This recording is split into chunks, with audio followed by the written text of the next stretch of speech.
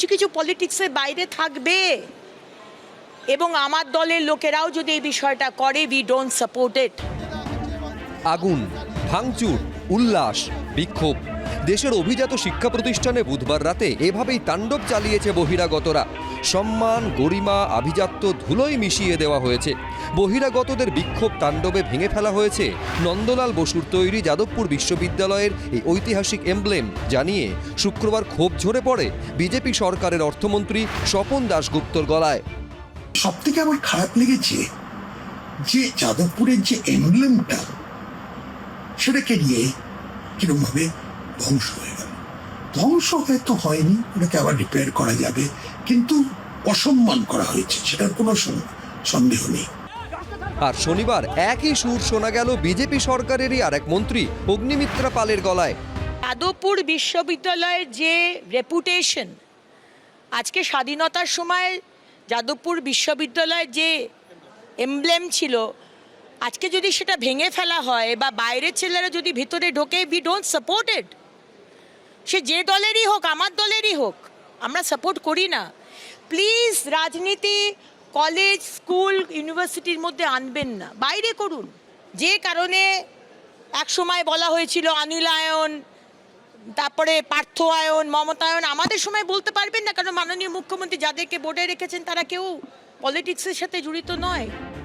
যাদবপুর বিশ্ববিদ্যালয়ের বুকে যা ঘটেছে তা লজ্জার, কলঙ্কের অধ্যায়। ঘটনায় সরাসরি অভিযুক্ত আরএসএস এর ছাত্র সংগঠন অখিল ভারতীয় বিদ্যার্থী পরিষদ বা এবিভিপি।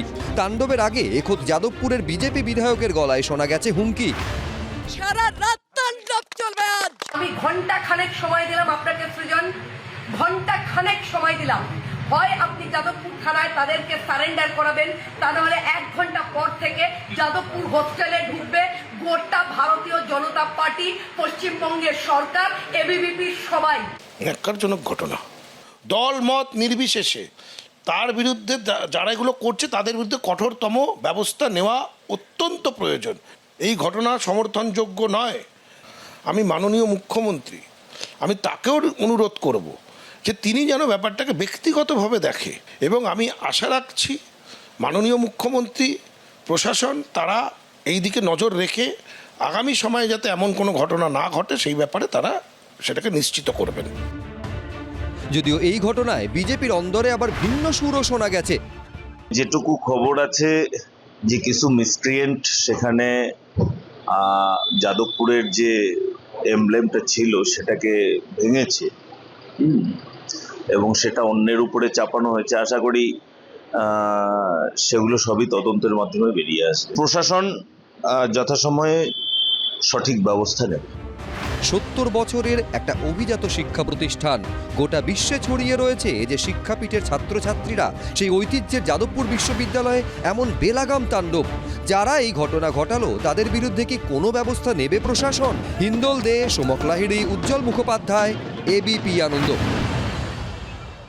এবিপি আনন্দ, এগিয়ে থাকে, এগিয়ে রাখে।